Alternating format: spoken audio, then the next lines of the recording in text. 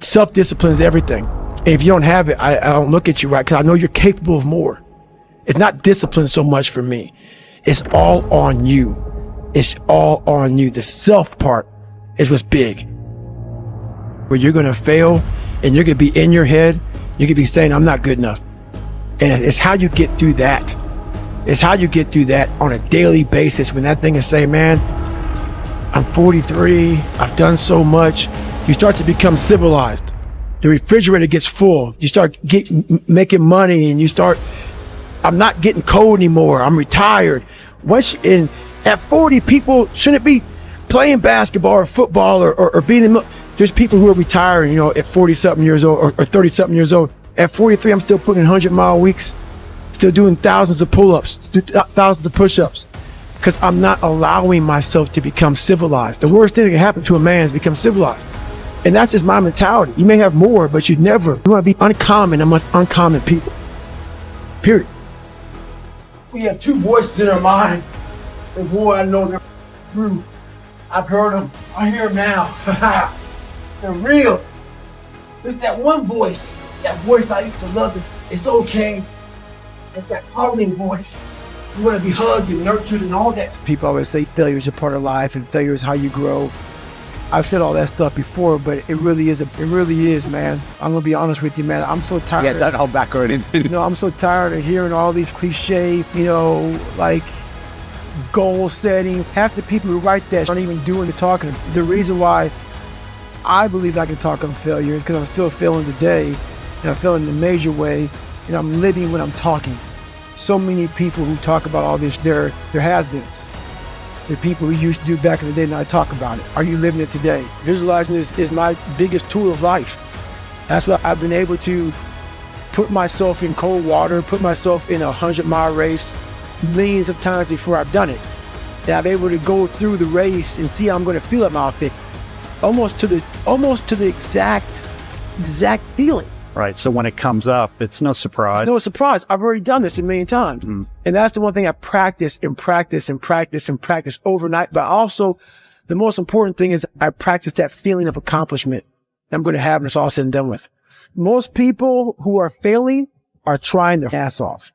Most people who are failing are being criticized by people who haven't attempted what you're even trying to fail at. So when I'm failing at, so after I did 2,500 pull-ups my first time going for the record. You know how many people were criticizing me? People sitting there eating chips on the couch. Do a pull-up. Exactly. Look at your audience who's criticizing you, first of all. They're not even in your world. You don't even talk to me. Block them out. That's the first thing. Yep. The second thing is, through failure, you get all the answers. You get all the lessons. All of them. Yes. They're all there. Yes. So I was able to go back through and say, okay, this happened, this was wrong, this was wrong, this is wrong. So I don't even look at failure like, I don't even call it failure. I don't, because I don't look at it, oh my God, I failed. No, I look at, okay, like trying to invent the light bulb.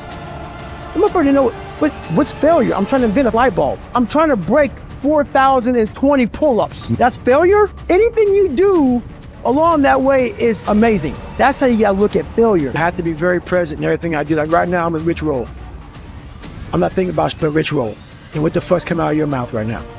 That's what gives me a huge advantage in life, especially today, in this day and age, with so much going so fast and everybody wants to keep everything going, everything up and everything. I want to be the greatest multitasker of all time. Not me. If I put my 100% into what's in front of me, I will destroy it. If I'm out here just multitasking, I'm going to half-ass everything I do. So it is the most important thing in the world to me, is being focused at the task at hand. So for me, failure is something that you should be afraid of. It should be afraid of. But that's why you should go out there and challenge yourself to fail. Because if you're not failing at something, that means you've set your goals to pass, to succeed at everything you do, which means you're not setting your goals high enough. So for me, okay, I'm gonna go out and break the Guinness Book of World Record for pull-ups. Lofty goal, which is why I failed it twice before I finally got it. I knew going into everything I've ever done in my life, Navy SEAL training, 3 times before I got it. Everything I've ever done in my life took me 3 times before I got it. I knew that there was a huge possibility of failure. But what I gained from failure is this. When you see a movie and you watch a movie about a person that keeps failing. And at the end, they succeed. How do you feel as you watch that movie? Elated.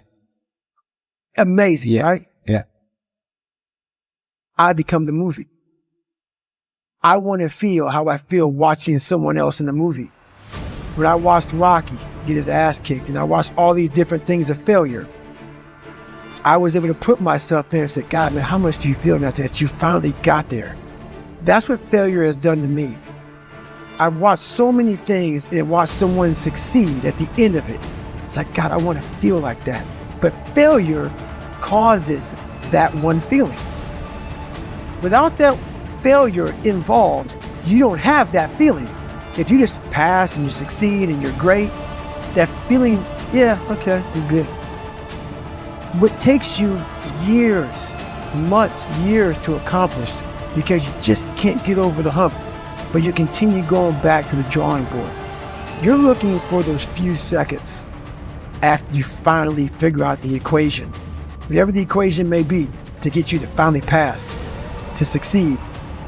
I live for that feeling, but I can't get that feeling without going through, I failed this equation, I failed this one, I failed this one, I failed this one. Oh, I'm figuring it out. So you start to feel it before you even pass, before you even get to the success part.